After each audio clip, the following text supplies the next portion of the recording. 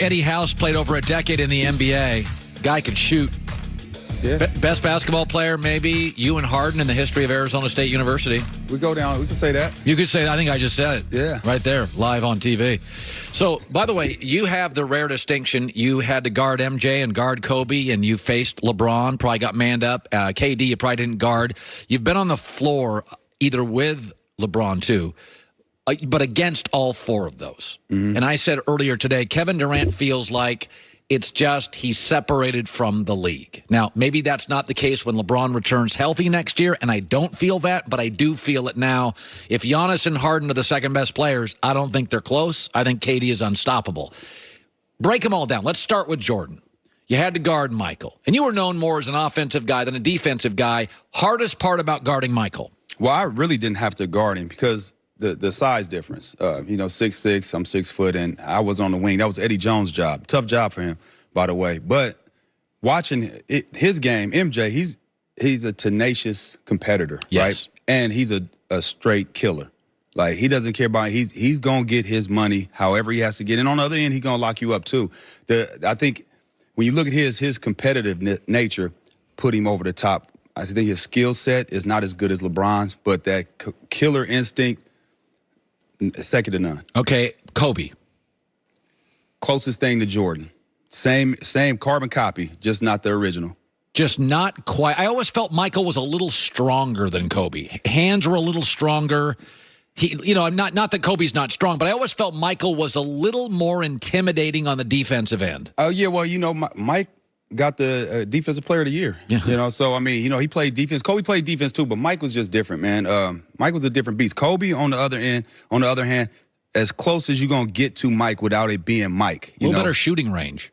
He had because he worked on it. I think Mike, if he was in this era, he would have eventually developed that.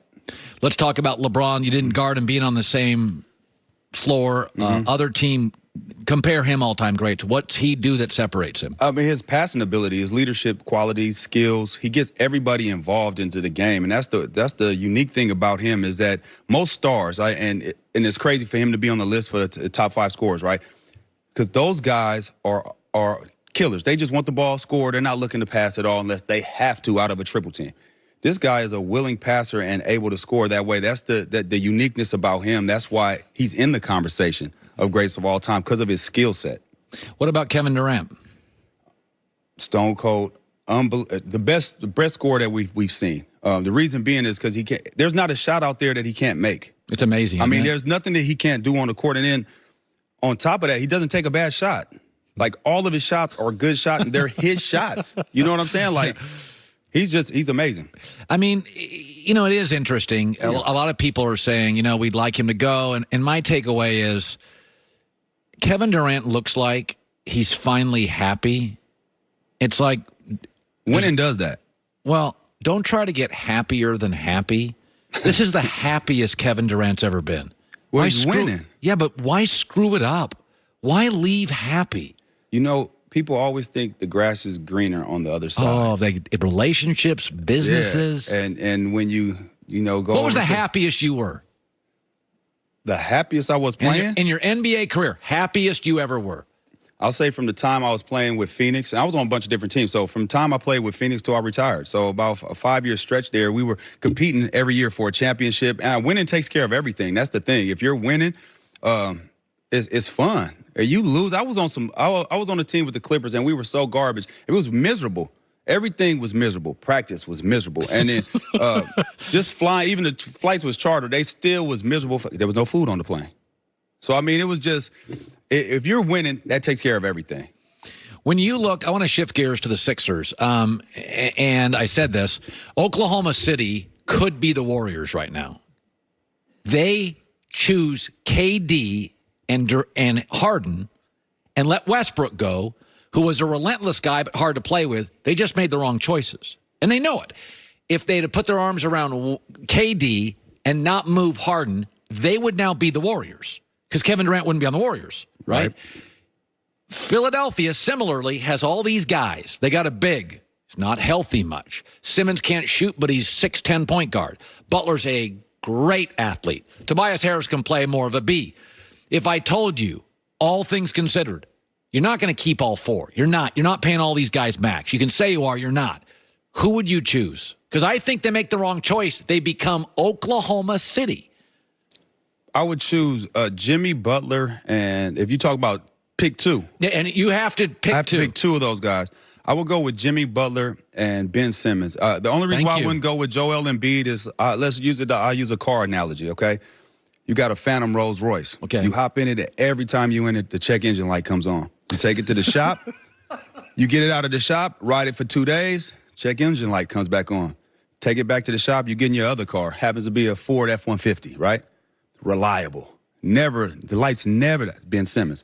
Light never comes on. Your garage, you know what you're going to get from it. Eventually, you're going to say, you know what? I'm just going to ride this truck.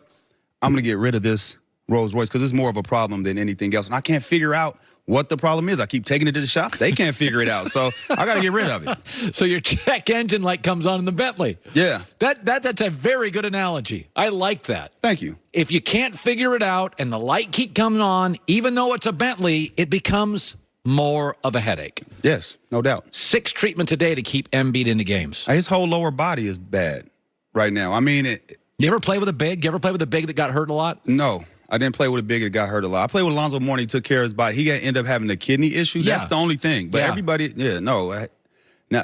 Kendrick Perkins was a little heavy, but he didn't have injury problems. He understood that he needed to lose some weight. No. Some big guys, I grew up with certain big guys when it was more of a big guy league. I don't remember David Robinson, but Ralph Sampson, Bill Walton, Sam Bowie. When they get these things young like this, too, That's what I'm not saying. Cool. It's not like, oh, I'm going to get older and get healthier. No, more things are going to start compounding on top of those. I think this is the thing. If Philadelphia wants to keep Joel Embiid, and obviously I think he wants to stay there, they have to have a serious conversation with him and say, okay, we've been trying the same thing over and over, and it's not working. Let's work with you on your diet. Lose a little weight. Change your diet up. See if this helps. And if he's willing to do that, then you got to stick with him. But if he's not willing to change his diet and see if that can help him stay on the court longer, then you definitely have to move on from him. Yeah, because you do get to a point. Sounds weird, but if I kept Embiid, let's say I couldn't trade him on the market. Let's say he gets hurt again and I can't trade him. I think I just go to him and say, listen, we're going to make you a 50-game regular season player, rest of the last 3 weeks. And I would just come to him and I'd say, listen, we're going to play 50 games. You can pick them. Don't play the last 10 of the regular season. Because the reality in this league is Westbrook's legacy's taking a hit because he can't do anything in May. And at some point and I just keep looking at Embiid and I keep seeing Bill Walton and Yao Ming. And I'm like, at some point, you keep telling me, Philly, you're going to keep all 4 of these guys. If you guys lose tonight, they're blowing this thing up. They have to. You can't just keep doing the same thing if you can't get past Toronto in the East. Well, Toronto's a good team. Good. I think they're good. Special. A real good defensive team. Who's winning the from top East? to bottom. I'm going to go. I said Toronto, but the way I think Boston. Thank you. You and I have agreed on virtually everything today. By the way, here's your top 10 players of all time. MJ, LeBron, Kobe, Durant, Magic. Oh, so you got Durant way up there. Yeah, you have to put him up there. That's what I keep. Yeah. Well, I mean, look, that's this era. Now, that same list right there will look different if we're talking about late 90s, late 80s, early 90s basketball. But right now in this era, I got to put the bigs on the bottom. No disrespect to them at all. No. But they need somebody to get them the basketball. They're also, over the next 20 years, in the last 7 to 8, bigs are less relevant. So your top 10 list is incredibly fair. You do this in the 70s or 80s, it's different. You do it today, moving forward, it's absolutely. And the reason why I got Kobe. We got to go. Okay. All right, we got to go. You love you, Eddie. Eddie, he got more to say. We got less time. Back hour 3 next.